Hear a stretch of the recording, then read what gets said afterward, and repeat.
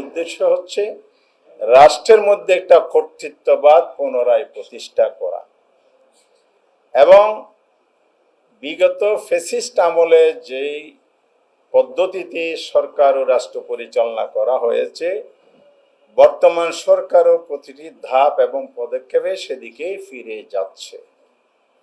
বিচার বিভাগের এই সচিবালয়ের স্বাতন্ত্র্য কেন দরকার? কিছু কথা শিশির মনির বলেছে। এটা মূল লক্ষ্য কি? অবজেক্টিভটা তো মেইন। মূল লক্ষ্য হচ্ছে নিম্ন আদালতের তত্ত্বাবধানকে সাংবিধানিকভাবে শক্তিশালী করা। কনস্টিটিউশনাল প্রসেসে যদি এটা নিয়ে এসে নিম্ন আদালতটাকে শক্তিশালী করা হয় এবং ইন্ডিপেন্ডেন্ট জুডিশিয়ারি যদি কার্যকর হয় তার জন্য অবশ্যই পৃথক সচিবালয় অনিবার্য ছিল।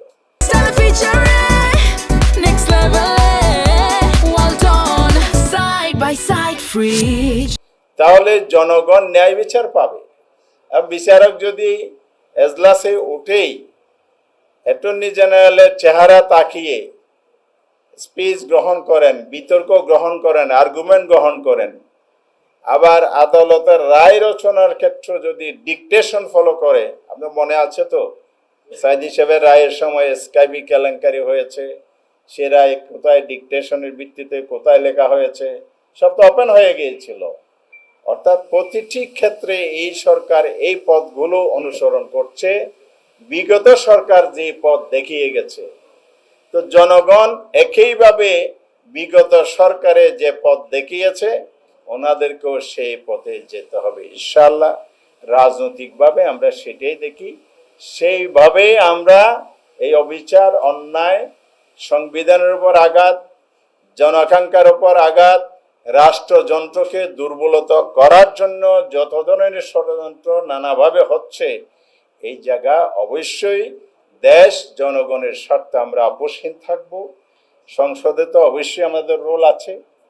বিরোধী দল হিসাবে জনগণের প্রতি দায়িত্ব আমাদের আছে, কমিটমেন্ট আছে, প্রতিশ্রুতি আছে।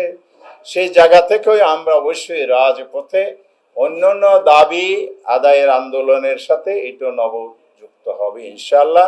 সেভাবে আমরা লড় করব। কারণ হচ্ছে আমরা দেশ গড়তে চাই, দেশ বাঁচাতে চাই, জনগণের অধিকার প্রতিষ্ঠা করতে চাই, জনগণের জাস্টিস এবং ন্যায় বিচার আমরা এনশিওর করতে চাই।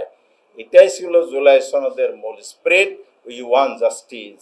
এখানে জাস্টিস ব্যাহত হচ্ছে, জাস্টিস এনশিওর করার জন্য যেখানে যা করা দরকার সময়ে সময়ে সিদ্ধান্ত নিয়ে আমরা সেটা এনশিওর করবো ইনশাআল্লাহ।